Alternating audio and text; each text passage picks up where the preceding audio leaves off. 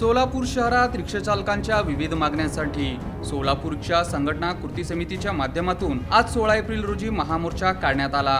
या मोर्चाचे प्रमुख कारण म्हणजे माननीय पालकमंत्र्यांनी यापूर्वी दिलेले आश्वासन पूर्ण न करता शब्द पाडला आहे। ऑटो एलपीजी इंधनाचे वाढते दर व अनियमित पुरवठा यामुळे सोलापुरातील रिक्षाचालकांचे मोठे आर्थिक नुकसान होत आहे व त्यांचा उदरनिर्वाह धोक्यात आला आहे। यासाठी सोलापुरातून महामोर्चा काढण्यात आला होता। या मोर्चात माजी आमदार नरसे यादव, रियाज सय्यद, युसुफ शेख मेजर, महिपती पवार, मोहसिन बागवान, आतिश शिंदे आदी रिक्षाचालक मोठ्या संख्येने उपस्थित होते।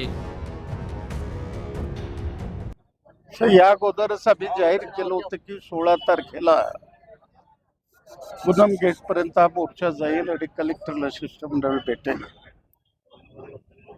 शेकडो रिक्षा चालक आजच्या मार्चमध्ये सामील झालेले आहेत।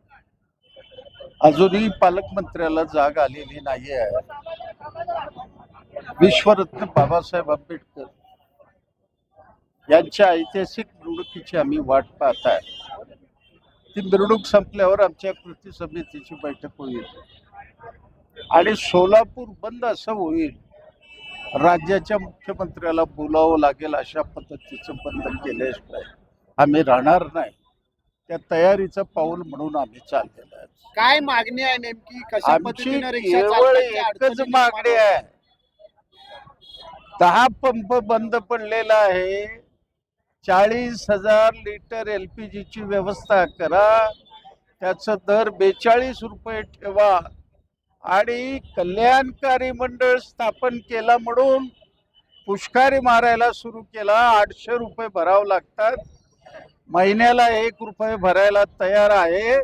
20,000 रिक्षावाल्याला एका महिन्यामध्ये सभासद करायची या कृती समितीची धमक आहे। सरकारने तेही निर्णय घ्यावा, पालकमंत्र्यांनी तेही निर्णय घ्यावा।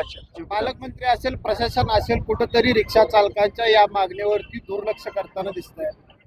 आता ते तोडगा काढत नसेल तर असा सोलापूर बंद होईल किंवा मुख्यमंत्र्याला तोड उघडावं लागेल।